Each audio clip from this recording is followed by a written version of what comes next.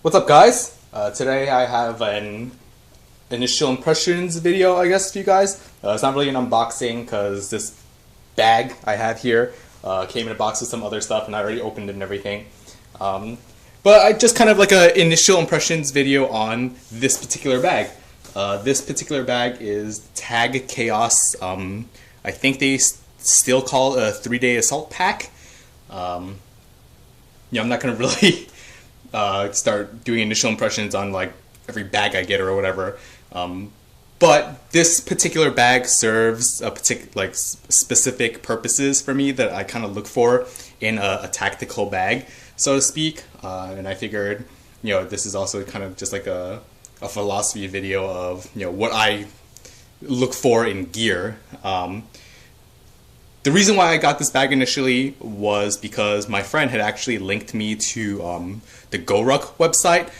For those of you who don't know, GoRuck makes pretty nice bags in the US, backpacks made out of heavy-duty 1,000 denier nylon, and they're very simple in that the designs are very minimalist, with not a lot of molly or molly straps or webbing and all that stuff. And there's a certain appeal to it because, tactical gear is nice because it has a reputation of being durable and tough.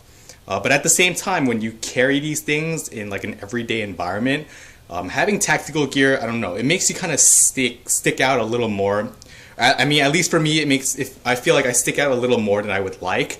And that's the problem with bags with like a lot of straps and stuff. It's just, me, I was never in the military. I'm not like a military person. I'm not a police officer or anything. I'm just a civilian. And for you to have that kind of stuff and just be wandering around like Manhattan, you can get some strange looks. Like people are gonna look at you and say, why do you have that? Like for example, here I have a Maritac bag. This is a Maritac large Claymore bag, I think County Com calls it. And it's like a shoulder bag with a carry handle here, and you can see like there's just a bunch of webbing on the front, a bunch of webbing on the back. It just looks very tactical, and I was carrying this as like a work bag, which I work in manufacturing, so that's fine and all. But for me to carry something like that in Manhattan when I go out and hang out with friends or whatever, you'll get weird looks. Especially, I would think that probably like police officers would give you second looks because why do you have that? And the problem with a lot of assault bags is that they're nice because they have a lot of room, and they're nice because the material is very durable, but they just bulge out a lot. They're very tactical looking. They have a lot of extra webbing. I've gotten like those really slim 3-day assault packs where they expand out quite a bit, but they're very skinny so that your elbows don't run into the bag like when you're trying to move around and stuff. And there's like webbing all over the place, and you just can't really effectively remove it. And then there's like straps, and especially with stuff like Maxpedition, I know a lot of people in like the knife and gun community, they really like Maxpedition because like you could attach a bunch of extra pouches and crap onto it. But for me, it's not necessary. I'm not going to say whether it's necessary for people who would like Maxpedition gear. I'm not a huge fan just because it is expensive and it just looks too ridiculous for me to carry on a regular basis. But this bag kind of fits the bill. It's still a little more tactical than I would like compared to the GoRuck. But the problem is GoRuck bags are very expensive. I think the smaller bags are like, the 26-liter bag is $260 or so, and the 30-liter or thereabouts is around $300. And I understand like it's a bag made in the USA, material and craftsmanship is there, but I can't bring myself to spend $300 on a backpack. But then my friend had actually linked me this. This company makes tactical gear. There isn't really a lot of information out on this bag, this Chaos bag, which is a little surprising. I don't know. But it kind of fits the bill in what I was looking for in a bag. I did get it in black. They have it in like coyote tan and like digital camo, which for me, like black is good because when it gets dirty, it's not as noticeable as like a tan color. At the same time, it's not rare to see backpacks in black.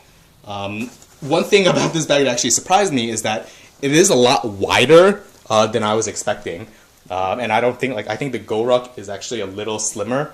in width. So this backpack is actually quite large. I mainly got this backpack to use as a day pack for when I go out into the woods and stuff. My other day pack I have is a Kelty Redwing. Right here. This is also a giant bag. It's a Kelty Redwing 50. So I think it's like just under 50 liters. And that's great and all, and for a day pack, it leaves me with plenty of extra room. It's not that heavy of a bag, but the problem with that bag is that material is kind of thin. And a lot of day hiking stuff, ultralight stuff, it's lightweight because the material is thin. I have a Patagonia Houdini jacket. It weighs like 2 ounces, I think, and it folds up to nothing. But the reason why is because it's made out of like 50 denier nylon, and it can't handle abrasion very well. And actually, a few weeks ago, I was actually thinking about going caving, and then I realized, like, I don't have a bag for that, I have, bags in high denier nylon that are, strap bags, shoulder bags, and that's just not very comfortable to carry when you're trying to move about and do extraneous activities like that. I didn't want to bring any of my lighter weight nylon gear because once you start abrading against rocks, it's going to start ripping and tearing at it, or at least start damaging the fabric a little bit, the material a little bit. So I went ahead and I got this bag. This bag is still not cheap. I think MSRP on this bag is $150, and you can find it online at only a few stores actually for around $130. But it is still like half the price of the GoRuck bag. The specs on it is it's 19 inches tall, 13 inches wide, and I believe 8 inches in depth. And overall, it's 1,900 cubic inches or so. Comparatively, the Kelty Redwing 50 is like close to 3,000 cubic inches. And it has 2 main compartments. You can see there are actually 4 compression straps, which is nice because when this bag isn't fully loaded, you can cinch it down and make it more tight and compact. But at the same time, with compression straps, it does end up adding extra straps that just kind of dangle around. What I like to do is use those Velcro straps for cable management and just kind of like roll these up and then Velcro together into one tight package. But it has 2 main compartments. This one is actually the main compartment here, with a little section here with some Velcro for your water bladders. And the water bladder also actually, there's a hook there for the water bladders, and then you can see here on top there's actually an opening port for you to feed the hose through, and then another small zipper here to get into that bladder section without opening the rest of the bag. One of the things I was looking for when I was looking into nylon bags is that I wanted a bag that opened up completely. There are bags that open like 3/4 of the way, and they're okay and stuff. But when you're packing for something like, let's say, with this bag, I could potentially do an overnighter with it. If I'm packing a lot of stuff into it and I want to organize very well, I find it more difficult to organize and pack a bag that you can only open the top and then feed things through. And then it makes it harder for you to get things that are on the bottom because then you have to pull everything out. With a bag like this that opens, this almost opens all the way. It doesn't open quite all the way, but it's when you open it all the way, like as much as you can, you can basically access anything in this bag that you would like. So that was one of the requirements I was looking for when I was looking into like a tactical day pack that isn't super tactical looking, So, here you have the second compartment, which is also quite large. This also opens almost all the way. You can see here it actually doesn't go all the way to the bottom of the bag. It actually bottoms out here, and it has like some fabric here for it to like kind of bellow out a little bit. And finally, I don't really consider this compartment, but it does have like a smaller zipper compartment in the front for you to store stuff in. And that's about it with this bag. It's very bare bones, and there isn't really a lot to it. The stitching on the handlebar seems very, very solid. I don't see this coming apart anytime soon. I'm a little actually wary of the stitching for the straps. I feel like under really heavy load, it should be okay, but I wouldn't drag because it looks like you could probably rip the stitching out if you were to pull the strap away from the bag. But just from gravity weight, like going down like this, it should be okay. The straps aren't overly busy. You know, there is some webbing here for you to feed stuff through, but it's not terribly bad. You have a sternum strap here that is removable, and then you also have a pretty substantial belt strap here that you can also remove as well, which is nice. You know, having having a belt as well as a sternum strap is nice, because when the bag's under heavy load, you can transfer a lot of the weight to your waist instead of having it just hang on your shoulders, and it makes it so that you can go, like, walk and carry that load, a much heavier load, much further than you would if it was resting on your shoulder the entire time. Things I would have liked about this bag is, like, I would have preferred if the bag only had one main compartment and maybe this front compartment here. I understand people like having multiple compartments because it makes it easier to organize things, but I would prefer to actually just use internal bag organizers, because when you get the specs on a bag, it just gives you basic measurements and it tells you how many compartments there are. And when you look at the total volume you have, you think, oh, that's great, I could fit a lot of stuff into there.